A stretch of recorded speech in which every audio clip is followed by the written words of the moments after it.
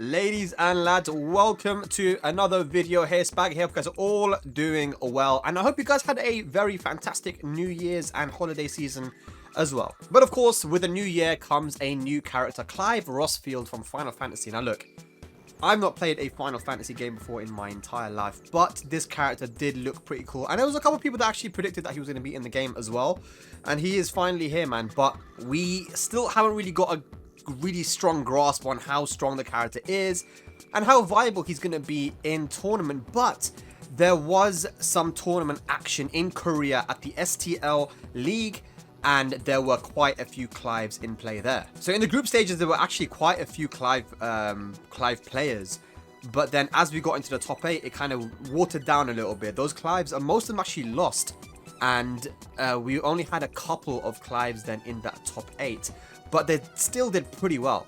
So in this video, we're going to be going through one of those matches that took place in that top 8 between Mulgold and Lowhigh, and it's very interesting. We're actually going to start in game number 2 here for this analysis, where Mulgold started off with Claudio versus Lowhigh, lost 3-0, and then switched to Clive and was able to make a comeback. So we're going to talk about what Mulgold did there versus Lowhigh in order to get the win with Clive. Is there a tournament set that you guys want me to analyze? Let me know in the comments below. And for now, enjoy the analysis. Alright, so let's start this analysis. As I said, Mulgold actually lost 3-0. Lowhigh kind of downloaded that Claudio really well, was able to get the win with the Brian, and now we see Mulgold switching to the Clive. Let's see what he's able to cook here with this new character, Clive Rosfield. Clive, of course, man, if you guys have already been playing the game, you guys know forward 1+2 is the move. 1+2 also, as we've seen there. I'm going to pause it a lot, by the way, guys, just so I can have it, because, Tekken's a very fast-paced game. I've got to be able to talk about these things. Already, from Mulgold, we've seen 1+2 and forward 1+2. 1+2 is a 13-frame mid-safe heat engager, which is really, really good because on hit, in heat, it also gives the hell sweep, tons of damage, and it's safe on block. So it's just one of those moves that you just kind of throw out. It doesn't have the best tracking, but, if you want to have a really safe, good, solid mid-check, 1+2 is so good. And then forward 1+2 as well. And this move we have to talk about. I'm going to show you, just in case you guys haven't played the game much and you don't know what move I'm talking about, is this double move here, this double sword attack, forward 1+2. This move is insane. It's one of the best moves in Tekken right now because it has tracking to both sides. It's basically almost impossible to sidestep. It's like a homing move, a pseudo homing move. It's a heat engager. It's safe on block. It's a weapon attack, which means it can't be parried easily by some characters, and Sabaki and stuff. And then also it's a launcher in heat. So if you use your heat dash, it actually is a full launcher. So one of the best moves in the game for sure. So definitely, I think that Clive is one of those characters you don't want to really be ducking too much against, or even sidestepping too much. And there it is, that 1+2 we were talking about. Into running to, into the stance. This is a classic flowchart that we see from Clive players, right? So you go for the 1+2 or any heat engager, and when you got the plus frames, you go for the running 2, which puts Clive into a plus on block situation. Now, if your opponent is doing that a lot, heat engager into the running 2. If you have a parry like Jin's parry, for example, that actually does work to parry the running 2. So this Clive can't do this against everybody, and maybe I want to say if you have a power crush, it might work as well. So it's going for the running 2 is a very common shot. I've been doing this all the time. Every single time I do a heat engager, I'm always going for running 2 because, again, it puts Clive into a mix-up situation. Well, it puts the opponent into a mix-up situation. So here from the stance, you have a hell sweep, you have a power crush, and you also got this move in heat, which we see Mulgold do, 1+2 in from stance, which is the quickest option that Clive has. If you try to interrupt after blocking running 2, the 2 will counter hit you. So you have to sometimes I feel like you have to respect it. But go for the 2 into the 1+2. Now this is only available in heat. It's +4 on block. It's just such a solid kind of such a solid flow chart, you know, heat engager, running 2, 2 1+2, and then you keep the pressure and can kind of do what you want to. And he was hoping that Lowhigh was going to sidestep, but Lowhigh didn't sidestep. He knows, I ain't sidestepping. Down 1, which is basically kind of like a better version of Dragunov's down 2. It's a high crushing low, it's like -13, and it gives you +2 on hit, whereas Dragunov's is neutral, it's 0 on hit, right? Or -1. So like, yeah, this is a better version. It doesn't have as good tracking, you can sidestep it, but it's a solid low, man, a super solid low. Okay, 1-1. Good sidestep into the heat smash, and that is going to break the balcony. Down back 1+2 string into the 2, and that is going to be the first round for Mulgold. Another really solid move here, right? We're going to talk about back 2. Almost also homing. It's got like I said, you can't sidestep against this character very easily. You really can't, man. Forward 1+2 alone is scary enough, right? But back 2 is also such a good move. It's a high, but it puts you into stance on block, and it's like +7 or something when you go into stance. And Mulgold goes for the option here, the 2 again, which is the quickest option from the stance. And it's safe on block as well. It's -9, I think, because he doesn't finish the string. So it's one of those options where he's trying to catch Lowhigh pressing buttons. But Lowhigh's being very patient here because I'm not sure if it's because he's uncomfortable with the matchup and he doesn't know what Mulgold's going to do, or if he just wants to respect. But yeah, this is interesting stuff. Forward 1+2 again. And we know that Koreans love the sidestep, right? Lowhigh loves sidestepping too. This time he goes for back 2, but goes for the 1+2 from stance, which is a safe mid heat engager. Again, how many mids does this character have, which are just so good?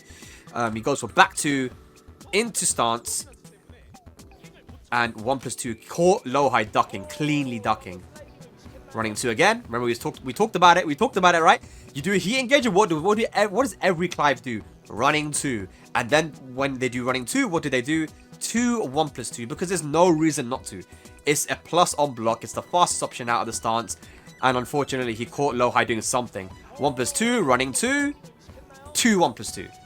It's so good.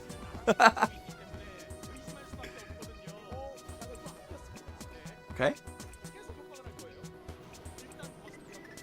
Okay, goes for the heat dash. Heat dash himself. Forward 1+2 again. And how do you finish the round? Brian can stick to you like glue. You've got to be very careful. Full crouch down forward 2. Such a good low as well. A weapon low, which is -12 on block. I mean, it's so good. It's plus on hit, -12 on block. Definitely one of the best lows in the game. I know I'm saying this a lot, but he certainly does have the best mids in the game, some of the best mids in the game. And that low there, that one specifically, I think is super good, man. Because again, it's one of those lows that it's scary because you can't low parry. It's a weapon, right? So you have to block it, and it's only -12, you know? And already 2 rounds up here now for Mulgold. And that's 1+2, 30 frame punish. This time he went for down 1+2 instead. I'm not sure why. It does have good tracking, but there wasn't really any reason.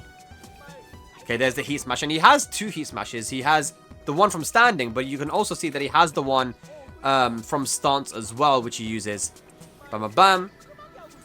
And then again, trying to catch him with the down 1+2. Oh, okay. So forward 3 is an interesting move we just saw there. It's got very short block stun. And we saw that Lowhigh tried to punish it with a jet upper. It's -14, but it's so quick. And this move has a lot of crushing and evasion. It's a move that can beat jabs. It can sometimes even beat down forward 1s. It's so good. And to use it in certain situations is super good. You know, when you're panicking, when you need a panic move to get yourself out of a very tricky situation, forward 3 is super good. You see him use it here. Boom. But it's -14. Again, and that move we just saw there, while rising 3 or while standing 3, very similar to Julia's while standing 3 back in Tekken 7, in that it's a safe homing mid and you know, wall splats as well. We see that this one actually wall splats. You have the full crash down 4-2, and then you got the homing while standing 3, which is safe on block and wall splats. Come on, I mean, what an obnoxious full crash mix-up. You know, it's so good, and we don't even see many Clives even go for the full crash mix-up. I mean, what's the point when he has so many other really good moves? But I mean, it is a very solid full crash mix-up game. There we go. Heat smash. This is what Brian can do to you, man. You can stick to you like glue, like I said. 1-1 into the stance. We're seeing Lowhigh respect it a lot. Down forward 1. Oh no, oh no. These moves here. The forward 2-1. Forward 2-1 again. And this is +1 on block. But the second hits are high. So you can duck and launch. You do have forward 2-2 as well. So there is a mix-up. And forward 2-2 is safe. Amazing. But we saw that Lowhigh didn't duck there even once. Could have probably won the round there. While standing 3 again. Safe on block, like I said. Forward on +2. Don't sidestep. Do not sidestep. Down back 4. Running 2. Goes for the 1+2. Power crush. Nice. A power crush is really good. It has insane range. So there are ranges where it can be thrown out. And you see the fist that comes out of in that power crush, the animation. You can actually space this so that it's very difficult for characters to punish it. Even though it's -14, it's punishable. You can kind of make it safer by doing it at the right range. But you can see at Lowhigh, he's done his homework. He kind of knows what to do here. But again, Heat Engager and the same thing again. Running 2, 1+2 in stance. Huge combo as well with the up 1+2 string. And you're dead. So the great thing about back 2 is that on hit, it guarantees the stance 1+2 and the stance 2 string, which we see here. Bam, bam. That's all guaranteed on hit. So what did we learn there? Back 2, insane. I mean, it's a high, but it's on block. You're in a mix-up. On hit, you get 3 hits from stance. Just the moves that Clive has, I mean, I think if your defense is really, really solid, it looks like Lowhigh is a little bit lost here in what to do in this matchup. But you have to know how to navigate and shut down some of Clive's options here. For example, we saw every single time when he did a Heat Engager and he had the plus frames, he would go for running 2. That is not an option that is completely free. Running 2 is relatively slow compared to other moves that he could have done. And, you know, like I said, some characters can parry it. And I'm sure there's going to be some characters that can potentially, I think, maybe power crush it as well in that option. I know you don't want to be power crushing when you get hit by a Heat Engager normally, right? But you really do got to let the let the Clive player know that I'm not going to just let you do running 2 willy-nilly, right? So 7 golden letters there, 3 rounds to 1 for Mulgold, as we are going to be moving into the second game. And the second game is the third game, final game, right? Because Lowhigh won the first one against Claudio. But it's interesting here because Lowhigh goes to character select and he goes for Steve. Now, for me, I think the best matchups against Clive are the characters that can deal with the weapon moves with parries. I think parries and power crushes are very, very important. Steve, I don't know how good he's going to be. I think he can give Clive some issues in the close range game. I think versus Clive, you want to be in close range because his mid-range game is just too filthy. If you think about it, back 2, forward 1+2, these are moves that require range. They don't have the most speed. They're not quick moves, right? They're not like 10 frame or 11 frame. And maybe Lowhigh was thinking, you know what? If I play Steve, I can maybe get into Mulgold's face. I can 1-2-1, back 1, counter hit. I can challenge with my fast frames. But I think it's definitely possible, but you gotta know and adapt to what the Clive player is doing. And Clive himself also has some pretty good fast-paced options with 1-1 being a jailing string. His downfall 1 isn't great, it's 14 frames, but he does have that 1+2 we talked about. And he got 4-4 as well. 4-4, 4-2. Still a 12 frame. He's got a 12 frame mid, you know, with standing 4. So he does have options, as well as good lows, that high crush. But for me, I think the best matchups are King because of his muscle armor to be able to absorb all these really heavy weapon attacks and punish. You have Yoshimitsu. Of course, Yoshimitsu's good against everyone, man. I mean, that character just needs to be nerfed at this point. And then Jin, because Jin, I feel like with the parry, maybe Leroy as well, we're yet to see. But I think parry characters and good power crush characters as well can give Clive some issues. But let's have a look at this final game and see what Lowhigh tried to do here and what Mulgold did to take it. Alrighty, here we go. And oh man, we didn't even talk about that, man. So his back 3 is a parry as well. So talk about parries. Clive himself also has a parry, which parries pretty much everything, by the way, in the game. And gives you a free hit afterwards. So he does forward 1 plus 2 into back 3. He does a little one of these ones. And it gives you this guaranteed hit, which is, and you can see there's a chunk of damage. So when I was playing Zafina versus Clive, I noticed that Zafina can also struggle against parry characters because she puts you into minus frame situations a lot with her moves, and then she wants to do stance pressure, right, with these strong mids. But people who can parry like even weapon moves, like Jin, like Clive, can cause her a lot of problems and cause a lot of problems in general. That parry is super annoying, but it's very strong if it can be used in the right way. You can even use it to punish certain things. So if you've got like Lily's QCF 1-4, the second hit is normally safe on block, but if Clive parries it, he has such plus frames that he can actually launch Lily for doing it. So this character hasn't been explored enough, I feel like. And as time goes on, we're going to see if the character becomes higher tier or maybe a little bit weaker because we learn the matchup more. But that parry is very good. We've got to keep an eye on that for sure. Okay, 1-2. Not the most optimal punish. He also has 2-1 for 12 frame, I think.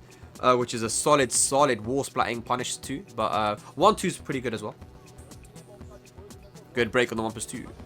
Rocket punch. Goes to the throw. No break. That is a guess. Chunk of damage. 4 plus 2.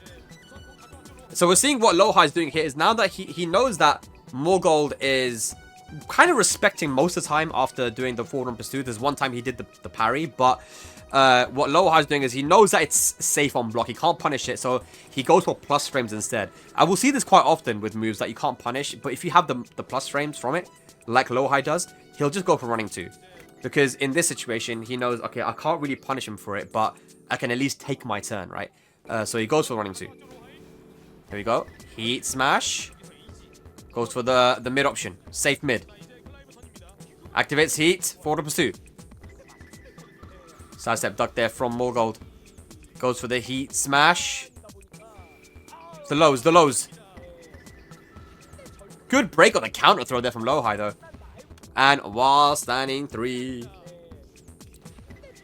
See that again. A quick little duck on the back 1. You can see he's twitch ducking a lot because he doesn't want to get hit by the 1-2-1 or back 1. And then he catches him with a wild rise in 3 and takes the first round. That move is so good as well. Jab into throw. So many twitch ducks here from Mulgold too. In general, that's what you kind of want to be doing versus Steve. And we see it even in the older games. In Tekken 7, if you watch my Arslan versus Knee analysis, this is before Arslan even won Evo. I think this is maybe before he won Evo Japan as well. I analyzed his set with Knee in Dubai in 2018. And we saw the amount of twitch ducks that he was doing. Sidestep left and twitch duck. It's still a really good option to use versus Steve for sure. Okay, 1 plus 2. Tries to parry again. We saw it, but didn't work this time. So this is what we were talking about. I think Lowhigh going for this type of gameplay in close 1-2-1, throw back 1. This is what he wanted to do versus Clive. To stay in that close range as a bully with Steve.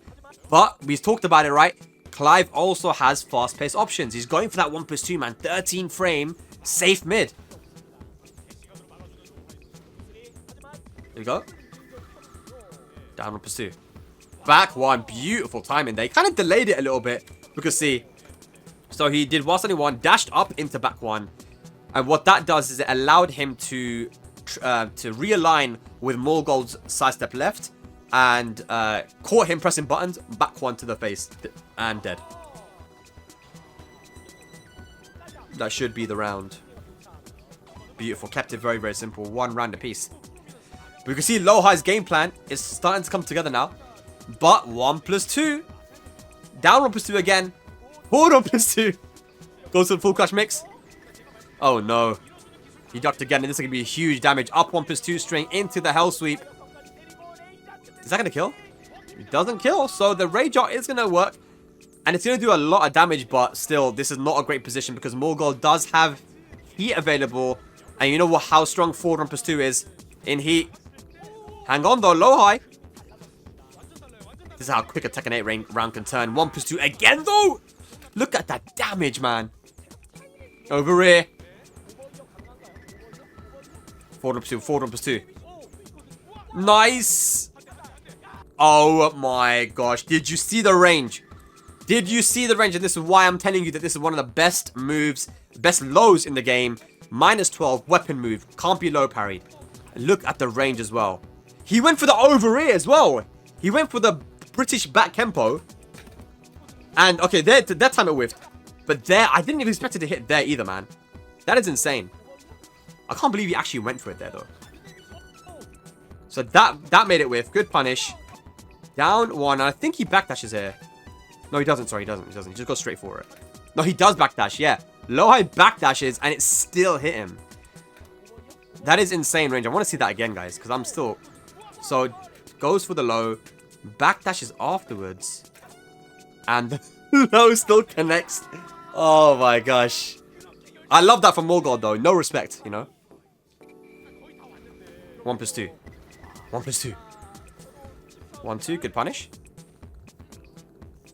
1+2 you have to be using a lot if you're playing Clive. 1+2 and forward 1+2. Low risk, high reward. And forward 1+2. Best move in the game. One of the best moves in the game. Down one. Whilst in the 4. 1+2. 1+2. 1+2. Forward 2-1. And caught Lowhigh ducking while standing 3. The full crash mix up.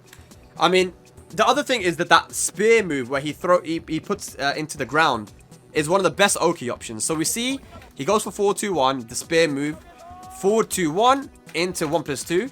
And in this situation, is also really dangerous because if the opponent tries to go for anything, literally anything, but just get up and block, that forward one, that down 1+2, sorry, is one of the best Oki tools in the game. It's gonna flip them over again and do a ton of damage. If they try to attack you, they get counter hit and re-wall splat for another wall combo. It's just disgusting. So in this situation, Lowhigh understands that. He just gets up and then Mulgold goes for a full crouch mix. Really good mind game there for Mulgold, knowing that Lowhigh was just going to get up. So he decided to keep his advantage and just go for a mix-up to kill. And of course, the mix-up, we've already talked about how it's not that dangerous. You can't be low parried for the low. The mid is safe. And we see Mulgold's able to take it there and get the sweep onto Lowhigh with Clive.